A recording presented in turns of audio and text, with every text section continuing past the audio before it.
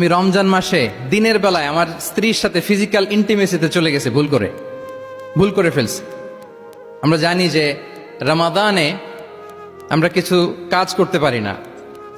সিয়ামের সংজ্ঞাই হচ্ছে আসওমু হুয়াল ইমসাক আনিল আকলি ওয়া শুরবি ওয়াল জিমাই মিন তুলুইশ শামসি ইলা মিন তুলুইল ফাজরি ইলা গুরুবি শামসি মা আন-নিয়া। মানে রোজা হচ্ছে এটা এমন ইবাদত, সূর্যোদয় থেকে সূর্যাস্ত পর্যন্ত না খেয়ে থাকা, কোনো কিছু পান না করা, এবং দিনের বেলায় বিবাহিতরা তাদের স্ত্রীদের সাথেও ইন্টিমেসিতে যেতে পারবে না। এটা যদি কেউ মেনটেন করে এটা হচ্ছে সিয়াম।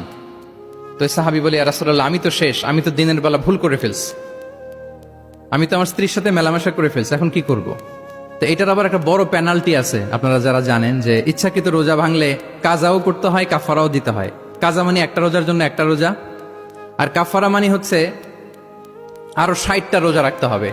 কয়েকটা জিনিস আছে, বেসিক্যালি 3টা। তো রাসূল সাল্লাল্লাহু আলাইহি ওয়াসাল্লাম তাকে বললো যে তোমার তো পেনাল্টি হয়েছে, তুমি তো বড় ভুল করে ফেলছো, তো তোমার কাছে কি এরকম কোনো দাস আছে যেটাকে তুমি আজাদ করে দিতে পারবা, মুক্ত করে দিতে পারবা, তাহলে পেনাল্টি আদায় হয়ে গেল। সে বলে, ইয়া রাসূলুল্লাহ, না, আমার তো এত সক্ষমতা নাই, আমার কাছে তো কোনো দাস নাই। আচ্ছা, দাস নাই। তো রাসূল সাল্লাল্লাহু আলাইহি ওয়াসাল্লাম বললেন, তাইলে তুমি টানা 2 মাস রোজা রাখতে হবে, তাইলেও পেনাল্টি হয়ে যাবে, আদায় হয়ে যাবে, পারবা?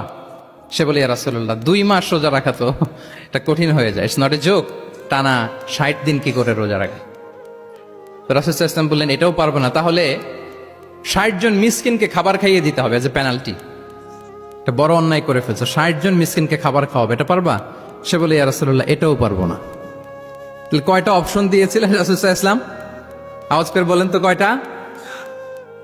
একটাও উনি পারবে না। দাসও আজাদ করতে পারবে না, 2 মাস রোজাও রাখতে পারবে না,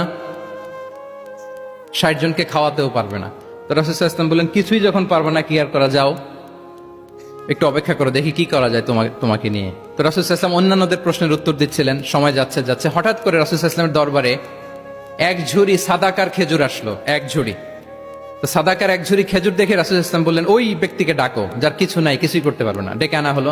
রাসূল সাল্লাল্লাহু আলাইহি ওয়াসাল্লাম বললেন, যাও, তুমি তো কিছুই করতে পারবে না, এই 1 ঝুড়ি চ্যারিটির খেজুর, সাদাকার খেজুর তুমি গরিবদের মাঝে বিতরণ করে দাও, তাসাদ্দাক বিহা, এটা বিতরণ করে দাও, তাইলে আশা করি আল্লাহ তোমাকে মাফ করবে। তো এই সাহাবী বলে, ইয়া রাসূলুল্লাহ, আলা আফকারা মিন্না ইয়া রাসূলুল্লাহ, আমার চেয়েও গরিব কাউকে খুঁজে বের করে দান করতে হবে? রাসূল সাল্লাল্লাহু আলাইহি ওয়াসাল্লাম বললেন, হ্যাঁ, গরিবকেই তো দিতে হবে। তো উনি বললেন যে, রাসূলুল্লাহ, পুরো মদিনার তল্লাটে আমার চাইতে গরিব কেউ আর নাই, আমি সব চাইতে গরিব।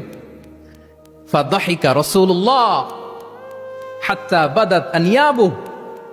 একথা শুনে রাসূল সাল্লাল্লাহু আলাইহি ওয়াসাল্লাম হেসে দিলেন, এত হেসে দিলেন যে রাসূল সাল্লাল্লাহু আলাইহি ওয়াসাল্লাম এই পাশের চোয়ালের দাঁত দেখা গেল। এত বেশি হাসেন না উনি, নিজেকে ধরে রাখতে পারলেন না, হাসি আটকে রাখতে পারলেন না। ফাদাহিকা রাসূলুল্লাহ, হেসে দিলেন, হাত্তা বাদাত আনিয়াবু, ওনার দাঁতের এ পাশ ও পাশ দেখা গেল।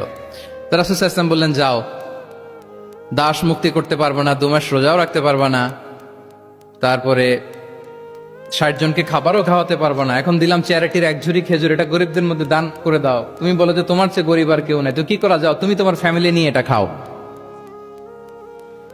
তোমার ফ্যামিলির মেম্বার্স যারা আছে এদেরকে নিয়ে এটা কি করো, খাও। দেখেন আমাদের সুবিধা অসুবিধাকে ইসলাম কতটা বিবেচনায় নেয়।